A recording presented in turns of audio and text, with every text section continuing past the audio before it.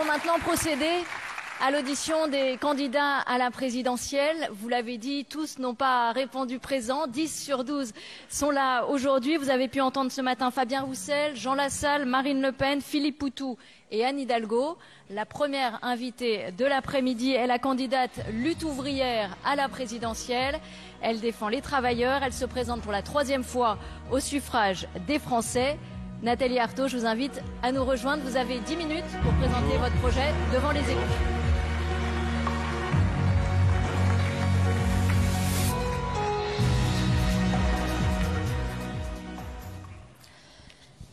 Mesdames et messieurs les maires, les élus départementaux et les élus régionaux, je veux commencer bien sûr par remercier l'AMF, les régions de France et l'Assemblée des départements de France pour cette invitation. Et en effet, vous avez invité l'ensemble des candidats et c'est quelque chose de rare finalement dans cette campagne. Et en plus, je crois que nous avons tous le même temps de parole. Donc, encore une fois, je vous remercie pour votre sens du pluralisme. Et je voudrais tout particulièrement m'adresser aux maires des petites communes. Parce qu'il se trouve que je suis la seule candidate qui a été parrainée en intégralité par des maires. Alors, pas tout à fait. Bon, sur 576 parrainages, 575 viennent des maires. Le 576e, vous le trouverez facilement. C'est un conseiller départemental donc de Guadeloupe. Donc, je veux dire que ça ne m'étonne pas tellement parce que beaucoup de maires de ces petites communes sont eux-mêmes des salariés, sont des indépendants, alors ils sont en activité ou ils sont à la retraite. Et je pense qu'ils respectent le combat que je mène pour faire entendre les intérêts des travailleurs. Alors je tiens vraiment à remercier les maires de ces petites communes pour leur esprit du pluralisme, pour leur sens de la démocratie, pour leur volonté de donner l'occasion de s'exprimer dans cette élection de donner l'occasion de s'exprimer dans cette élection à des candidats, y compris donc des candidats qui ne sont pas soutenus par un grand parti gouvernemental. Par ailleurs, vous le savez, ce qui me distingue des autres candidats, c'est que je ne fais pas de promesses électorales. Je ne fais pas de promesses électorales, y compris au monde du travail. Je défends l'idée que dans ce monde capitaliste, pour que les travailleurs se fassent respecter, eh bien, il faut qu'ils s'organisent, il faut qu'ils se mobilisent. Et peut-être que certains d'entre vous, ici présents, ont fait l'amère expérience d'avoir promis des choses à leurs électeurs et de ne pas avoir pu les tenir. Parce que pour tenir ces promesses, eh bien, il faut des moyens financiers, et il ne faut pas de mauvaises surprises. Or, ce monde capitaliste fou nous réserve un bon paquet de mauvaises surprises. Quand ce n'est pas une crise économique, eh bien c'est une crise sanitaire. Et quand on commence à sortir de la crise sanitaire, eh bien voilà une guerre. Alors combien de maires ont pu réaliser leur programme dans la tempête de l'épidémie, tempête au milieu de laquelle l'État vous a souvent laissé complètement seul. Combien d'élus peuvent aller au bout de leur projet maintenant qu'ils sont privés d'une part de plus en plus grande de leurs moyens financiers? Et combien se demandent aujourd'hui avec angoisse comment ils vont faire pour gérer leur commune, leur département ou leur région dans ce contexte marqué par la guerre, par l'explosion des prix et en particulier ceux de l'énergie qui obligent déjà des dizaines de maires à fermer certains équipements au lieu d'en construire, d'en rénover ou d'en ouvrir de nouveaux. Je pense qu'il est possible de faire le parallèle entre la façon dont sont traités les travailleurs, ceux qui font tout tourner dans la société, mais que nos sociétés rémunèrent si mal, comme l'avait dit Emmanuel Macron. Donc il est possible de faire le parallèle entre le camp des travailleurs et puis finalement le mépris de l'État vis-à-vis des élus locaux et de leurs problèmes.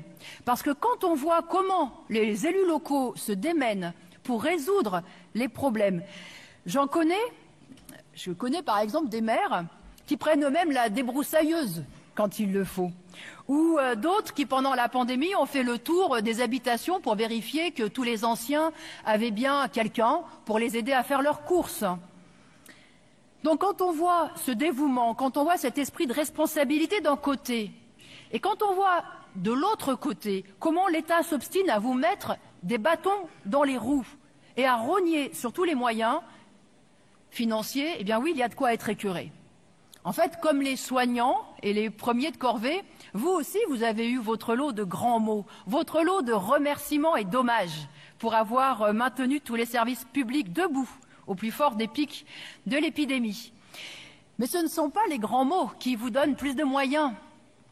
Et c'est vrai, vous l'avez souligné, l'État sait très bien se tourner vers les maires quand il a besoin de faire fonctionner les choses au plus près de la réalité du terrain. Et c'est ce qui s'est passé, en effet, au début de la campagne de vaccination, par exemple, à l'hiver 2020-2021. Parce que là, le gouvernement a lancé sa campagne de vaccination à grand son de trompe, mais il avait simplement oublié de se demander comment et où cette vaccination se ferait. S'il n'y avait pas eu les maires pour ouvrir plus d'1 millier de centres de vaccination communaux à leur initiative, et le plus souvent d'ailleurs aussi à leurs frais, la campagne de vaccination n'aurait pas fonctionné. Et il en a été ainsi pendant toute l'épidémie. En effet, les masques, il a fallu que ce soit les élus locaux qui les achètent, qui les distribuent. Les protocoles sanitaires successifs et contradictoires qu'il y a eu dans les écoles primaires. Et étant enseignante, je peux aussi vous en parler de l'intérieur. Ces protocoles sanitaires qui sont tombés d'en haut au rythme parfois d'un par semaine, même de plusieurs par semaine. Eh bien, ces protocoles, il a fallu que vous, les maires, vous les décortiquiez, parfois du soir pour le lendemain. Et puis, ça a été à vous de faire comprendre comme tout cela devait fonctionner, comment cette usine à gaz devait fonctionner, en fait, je pourrais dire. Et voilà, maintenant, je sais que certains d'entre vous doivent faire des pieds et des mains pour se voir rembourser les frais qu'ils ont engagés dans cette crise. Je sais même que ces demandes de remboursement ont donné lieu à de sordides calculs d'apothicaires, pour dire que tout cela n'avait pas coûté aussi cher. Alors je trouve tout ça très cynique. J'ai même entendu un député de la majorité expliquer que vous auriez gagné de l'argent avec cette épidémie, puisque les services publics étant fermés, vous en économisiez les coûts de fonctionnement. Alors, ce député ignore sans doute que dans la fonction publique, si un agent est empêché de travailler pour une raison de force majeure, eh bien son traitement continue bien sûr d'être versé. Autrement dit, que vous avez continué de payer les salaires sans avoir les recettes. Il faut ajouter à cela la politique constante des gouvernements successifs depuis plus de 15 ans pour réduire vos marges de manœuvre financières. Cela a commencé avec M. Barouin, quand il n'était pas encore président de l'AMF, c'est vrai, mais quand il était ministre du budget et qu'il gelait le montant de la dotation globale de fonctionnement. Cela a continué avec le gouvernement de François Hollande, qui a taillé à la hache dans les dotations, vous privant de plusieurs dizaines de milliards en 3 ans à peine. Et puis est venu Emmanuel Macron, qui s'est beaucoup vanté d'avoir stoppé le mouvement de baisse. Alors il a peut-être stoppé la baisse, mais il n'a pas rétabli les montants antérieurs et les milliards envolés, qui ne reviendront jamais. Et puis Emmanuel Macron a contribué d'une autre manière à faire baisser vos ressources. Il a supprimé la taxe d'habitation, en la compensant certes, mais vous savez tous, je pense que vous êtes bien placés pour le savoir, que ces compensations ne durent qu'un temps. Et il a engagé, pour complaire au MEDEF, qu'il réclamait depuis des lustres, la diminution des impôts économiques locaux, ceux que l'on appelle les impôts de production. Alors cette diminution, elle a d'abord touché les régions, mais aussi les communes et les intercommunalités. Et le mouvement ne va pas s'arrêter là, puisque plusieurs candidats ont la ferme intention, dans le prochain mandat, de supprimer complètement ces impôts, parce qu'ils entendent céder au chantage habituel du MEDEF, qui estime insupportable de payer des cotisations sociales et des impôts, et menace, si cela ne se fait pas, de délocaliser ou de fermer des entreprises. Le grand patronat prendra l'argent, ça ne fait aucun doute, mais il fermera quand même les entreprises et il continuera de délocaliser parce que depuis tant de décennies que cela dure, si les cadeaux fiscaux à ce grand patronat avaient fait baisser le chômage ou avaient permis d'empêcher une seule fermeture d'usine, ça se saurait. Et pour vous, les élus locaux, eh bien, ce sera la double peine, parce que non seulement on vous aura privé de ressources essentielles, mais en plus parce qu'il vous faudra gérer, comme tant d'entre vous y êtes déjà confrontés, les conséquences du chômage de masse, de la pauvreté, de la baisse du pouvoir d'achat. Il vous faudra gérer les magasins qui ferment faute de clients et les centres-villes qui meurent faute de magasins. Je ne cesse de dénoncer dans ma campagne les conséquences de cette forme de dictature du grand patronat, des capitalistes sur toute la société. Eh bien, vous aussi, élus locaux, vous payez les conséquences de cette dictature. Parce que les baisses de ressources... Je voudrais juste terminer sur l'idée que la baisse des ressources pour les collectivités locales, les fermetures de lits, qui transforment justement les territoires en déserts médicaux, les fermetures de classes et d'écoles qui frappent vos communes ou les lignes de chemin de fer qui s'arrêtent, tout cela n'a qu'une seule cause. C'est justement que tous les gouvernements successifs réservent l'argent public non aux services publics utiles à tous, mais pour arroser le grand patronat à fonds perdus. Alors voilà, le quoi qu'il en coûte, en fait il n'est pas abstrait. Ce quoi qu'il en coûte, il est distribué au grand patronat et c'est quoi qu'il en coûte pour nous, le monde du travail, et quoi qu'il en coûte, pour vous, les élus des collectivités locales. Je veux juste terminer, oui, parce qu'il y a les questions des élus qui sur vous une attendent.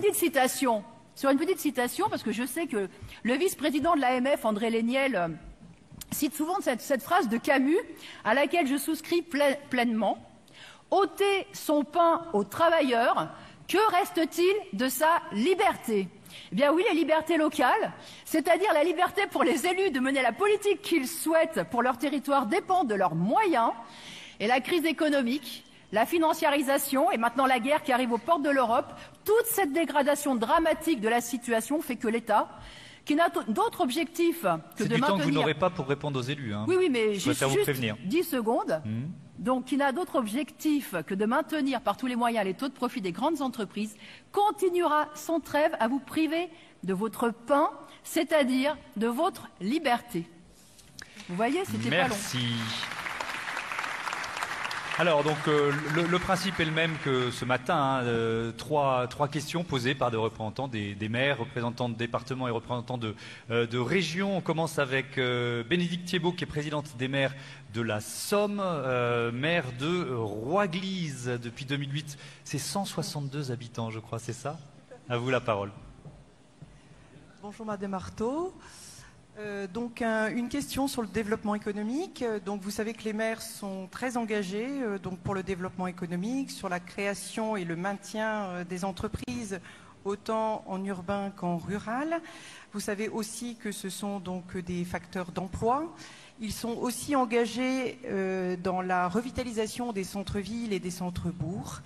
Donc dans un contexte où les capacités financières sont de plus en plus réduites, quelles mesures souhaiteriez-vous mettre en place?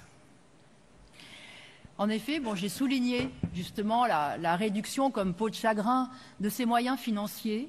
Et moi, je pense qu'il est essentiel que ces quelques moyens financiers que détiennent encore les collectivités locales servent d'abord et avant tout au service utile à la population. Au service utile à la population. Parce que je tiens quand même à dire que s'il y a une dévitalisation des centres-bourgs ou de ces petites communes, c'est aussi parce qu'il y a un recul, finalement, des services publics.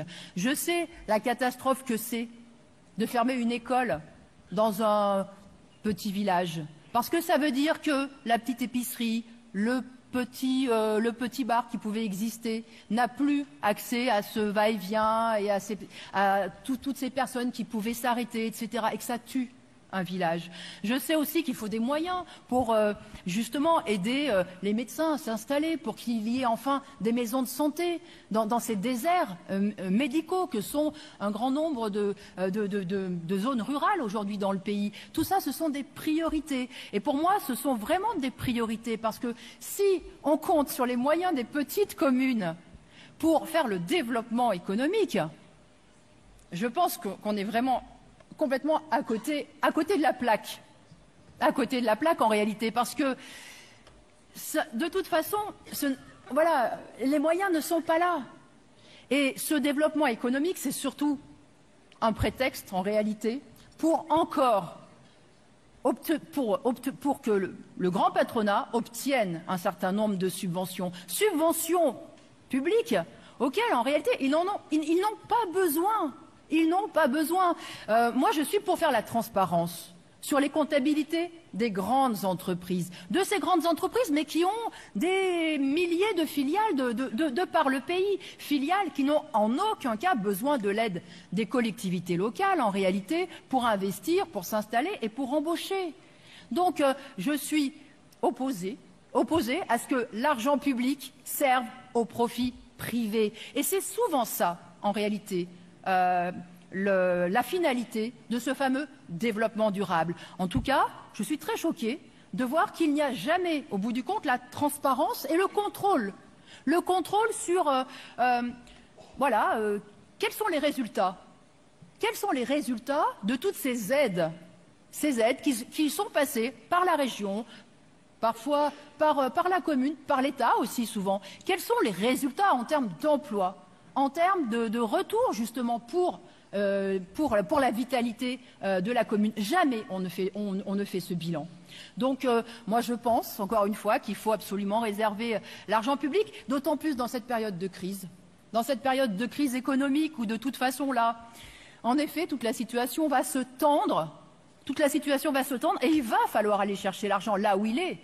Et l'argent, non, il n'est pas. Il n'est pas dans les coffres forts des communes, des départements ou des régions. L'argent, il est dans les coffres forts de ces grandes multinationales, de ces grands groupes de l'énergie qui aujourd'hui profitent de la situation pour spéculer, qui prennent le prétexte de cette guerre pour faire flamber le prix du pétrole, par exemple. Donc pour moi, l'argent, il est là, eh bien il faut faire la transparence, il faut donner la possibilité d'aller le chercher. Merci Nathalie Arthaud. Les questions d'élus se poursuivent avec une question de l'Assemblée des départements de France. Christophe Guillotot, vous êtes président du département du Rhône. Vous souhaitez poser une question sur le coût de la prise en charge des mineurs accompagnés par les départements. Vous avez la parole. Oui, peut-être qu'avant de poser ma question, je vais expliquer à madame que le contrôle des collectivités, ça existe, ça s'appelle la Chambre régionale des comptes. Je voudrais vous parler des mineurs accompagnés, compétence régalienne unique des départements qu'on ne partage avec aucune collectivité. En France, il y a à peu près 40 000 MNA que les départements gèrent, évaluent. À MNA, c'est à peu près 50 000 € sur le coût d'accueil, de scolarisation, d'argent de poche. Je voudrais savoir, madame, quelle est votre vision? Comment vous pensez que l'État pourrait prendre en compte, soutenir, aider ces jeunes gens, parce que quelque part, ils relèvent de leur volonté d'émigration. Donc je voudrais vous entendre, nous voudrions vous entendre, les départements voudraient vous entendre, si vous êtes président de la République, comment l'État apporterait son concours ou prendrait en charge totalement cette posture qui relève aujourd'hui des départements. Voilà. Alors, juste, puisque vous m'avez répondu sur le contrôle, moi je pense que le plus efficace, ça sera en réalité le contrôle des travailleurs. Oui, le contrôle des comptables, le contrôle des salariés eux-mêmes. Et là, on verra vraiment ce qui se cache derrière les lignes comptables. Et je vous garantis qu'on verra les marges, on verra tout ce qui part en dividendes et tout ce qui permet aux grandes fortunes de devenir plus riches d'année en année, alors même que tout le pays s'enfonce dans la crise. Voilà. Et alors même qu'en effet, on prive les collectivités locales de moyens et qu'on leur explique qu'il faut qu'elles se résignent finalement à la portion congrue. Donc voilà, je pense que effectivement, le contrôle des travailleurs finalement pour vérifier à quoi ont servi ces financements publics sera 1000 fois plus efficace que n'importe quelle commission de contrôle. Par ailleurs, vous expliquez que les mineurs non accompagnés, comment dire, ont exprimé ont fait un choix volontaire d'émigration. Vous avez eu cette formule, c'était une immigration volontaire, voulue, comment dire. Moi, je considère que ces jeunes qui ont dû quitter leur pays sont exactement dans la même situation que les Ukrainiens aujourd'hui, que l'on voit partir avec un petit sac plastique parce qu'ils ont peur. Parce qu'ils fuient les bombes et parce qu'ils ne peuvent plus vivre. Donc la réalité, c'est qu'un certain nombre de ces jeunes ont, à leurs risques et périls, en risquant leur vie, ils ont effectivement traversé la Méditerranée donc dans les pires conditions qui soient. Et ils ont une rage de vivre, une rage de faire vivre leur famille aussi. Parce que, oui, dans le monde, eh bien, il y a des régions entières où les femmes et les hommes ne peuvent pas vivre, ne peuvent pas subvenir à leurs besoins. Alors, la moindre des choses, c'est de les accueillir. C'est de les accueillir d'autant plus que je pense que la France a une responsabilité écrasante, y compris dans le dénuement, dans le sous-développement d'une grande partie de l'Afrique. Elle a une responsabilité écrasante du fait de son rôle dans la colonisation et de son pillage, d'ailleurs encore, qui continue dans cette partie du monde. Donc pour moi, c'est une évidence qu'il faut les accueillir. Et ce que je vois en plus avec ce qui se passe avec les réfugiés ukrainiens, c'est que nous en avons les moyens. Nous en avons les moyens. En réalité, en nous appuyant sur l'élan de générosité, sur la solidarité, sur